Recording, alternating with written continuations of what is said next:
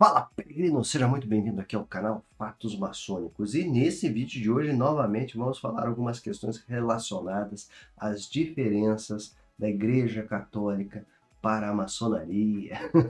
Novamente, esse assunto, né, traz muita curiosidade para o pessoal, então sempre vem esse tipo de questionamento, né, aqui no canal Fatos Maçônicos. Então vamos analisar aqui, né?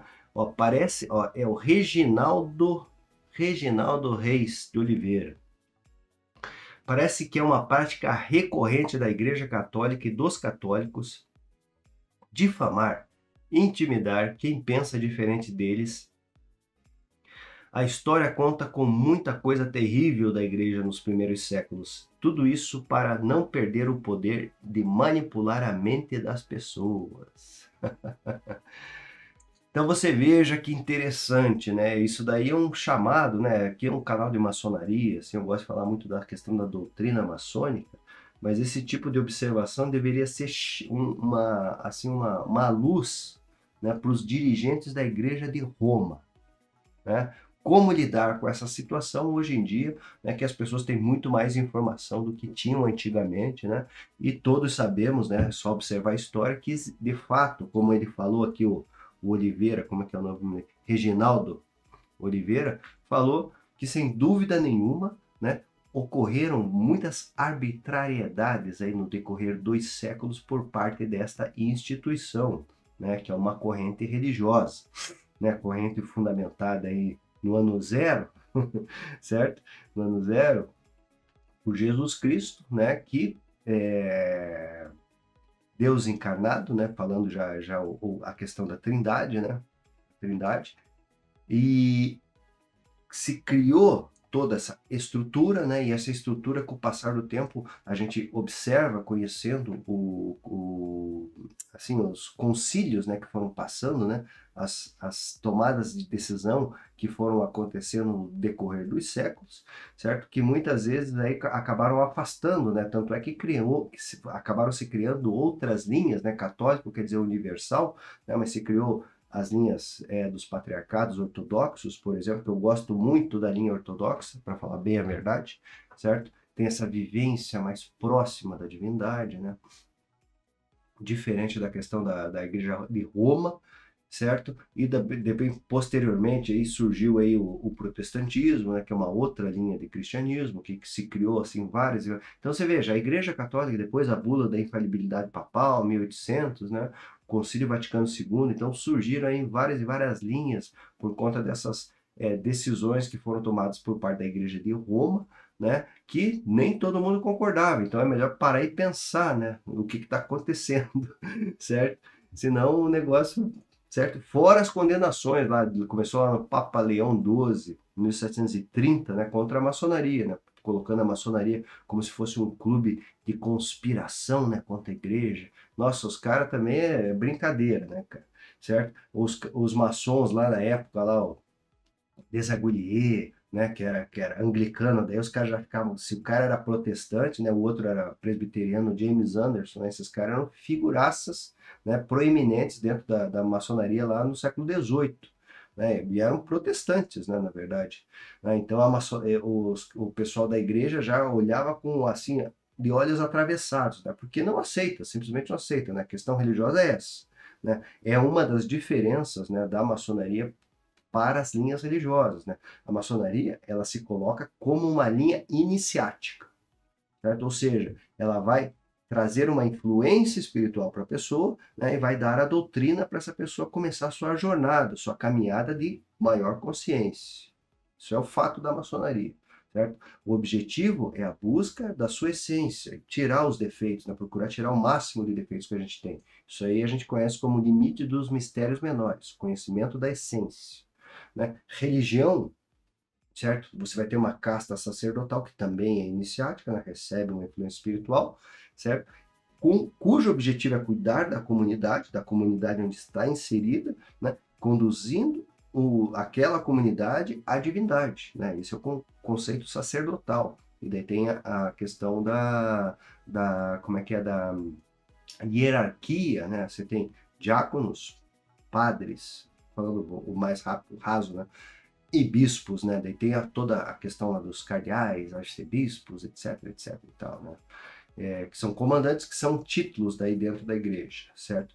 Então, o objetivo é religar, né? Não é buscar a essência, é o religar com a divindade. Esse é o objetivo das religiões em si, né? Religar com a comunidade, religar com a pessoa e religar com Deus, né? Independente da linha religiosa, é um conceito, então é uma diferença, né, que a maçonaria coloca. A maçonaria tem a busca da essência, né? E o religar é a busca da divindade, né? A maçonaria, ela tem uma religião? Não, não tem, não professa nenhuma religião. Ela deixa de livre arbítrio aquele que se coloca como maçom, que vai se tornar um maçom, exercer, né, executar ou praticar, certo? Viver, né, que seria o termo melhor, viver a sua religiosidade, né? Encontrar Deus através da doutrina da religião que ele escolheu, né? E isso, essa liberdade que é colocada, né, pela maçonaria, não é vista de bons olhos, né? Porque você vê, você pega a igreja, por exemplo, né, eles não vão concordar, por exemplo, com um cidadão que por exemplo, é de uma religião diferente da deles. Não concordo. Tá ali, às vezes tem como é que é, esses encontros de sincretismo religioso, de sincretismo não, mas como é que é, ecumênico. Mas se você for buscar a fundo uma conversa com o sacerdote, com o teólogo da igreja, uma pessoa sensata, que conhece o Código de Direito Canônico, conhece toda a doutrina, né? Dentro da igreja, isso é uma heresia, né? Uma heresia, né? Você seguir uma outra linha que não seja a linha proposta pela igreja, certo? Isso daí é uma característica das religiões em si, né? Então não aceita outro, né? Não aceita, simplesmente não aceita. Então são diferenças que tem a maçonaria com religião, com relação às religiões. Então, a maçonaria não é religião, né? Quem entende isso dessa forma na verdade, uma pessoa muito ignorante, né? Porque hoje nós temos aí toda a informação disponível na internet, né? Tem livros aí há centenas de anos que falam a respeito desse assunto, né? Basta a pessoa se colocar e buscar, né? Mas aí as pessoas conceituam sem ter uma base sólida, gera o preconceito, né? Gera o preconceito. Se você emite uma opinião sobre alguma coisa e você não tem aquela base sólida conceitual, você está gerando um preconceito, porque muitas vezes você vai no que o outro falou, né? E quem sabe da onde que é a fonte daquela outra pessoa, né? Então, o preconceito existe por causa disso daí, né? E o preconceito com a maçonaria é justamente por conta disso, né? Nas condenações da igreja, né? Eu até me questiono muitas vezes, né? Será, pô, cara, os caras eram líderes, né? O líder religioso, né? O pontífice, né? Que faz a ponte entre a divindade e um plano material dentro de uma corrente, né? E o cara vai lá e condena uma organização que estava lá trabalhando, né? Que tinha suas peculiaridades, né? Porque era fechada, etc e tal, trabalhava nesse contexto iniciático, né? E até que ponto, né? Eu fico me perguntando, né? Será que aquilo lá foi por ignorância? Pô, só tem duas situações ali nas condenações da igreja contra a maçonaria: ignorância ou má fé, né? E agora nós temos um grande problema, né? Porque os líderes, né? As pessoas de bom senso que existem na igreja, obviamente, né? Sabem do que se trata a maçonaria. No decorrer da história, mesmo com as condenações, aqui no Brasil nós tivemos muitos padres que faziam parte da organização. Sim, durante a história inteira. Se você quer saber, entra lá na página lá do Facebook, lá no meu, lá, Fatos Maçônicos, né? Vai me seguindo lá no Facebook. Mas entra lá na página do Luciano Urpia, lá, que é o Curiosidades da Maçonaria. Lá tem padres maçons, ele conta a história, lá só você ver a postagem, né? Isso aí não é uma coisa de hoje, né? Depois das condenações, né, das outras linhas católicas que existem, Igreja Católica Brasileira, Igreja Católica Liberal, né? Outras linhas que existem da Igreja Católica, sim, normal, não tem impedimento, tem muitos padres, muitos bispos, inclusive, né? Mas na Igreja de Roma, né, houve uma série de proibições, mas no passado, não tão distante, né, muitos padres faziam parte da organização, né? Mas os líderes, isso que eu quero dizer, os líderes, né, sabiam do que se tratava a maçonaria. certo? Então sabiam, viam que não era uma coisa era uma coisa anticristã, de forma nenhuma. Utiliza-se, inclusive, as escrituras sagradas como livro base da questão, né? Se propõe, né, o maçom se propõe a fazer um estudo profundo dessa literatura, né, das escrituras sagradas, né, que são verdadeiros manuais de vida aqui nessa nossa forma manifesta do plano físico. Então, importantíssimo, né? Só que daí, como eu falo, né, talvez por má fé, houve essas condenações, porque tinha medo de perder o espaço, né? Porque essas condenações aconteceram muito na França, né? Inglaterra eles já tinham levado muita porrada lá, na verdade, né? Desde o século XVI, né? Eu estou falando da igreja. Se você acompanhar a história do desenvolvimento das religiões lá na Inglaterra, você vai ver isso daí, né? Então caiu muito lá como é que é o ibope, como a gente chama aqui no Brasil, né? Caiu muito ibope da igreja, foram surgindo outras linhas, os anglicanos, né? Eles têm as igrejas deles, certo? E na França também, né?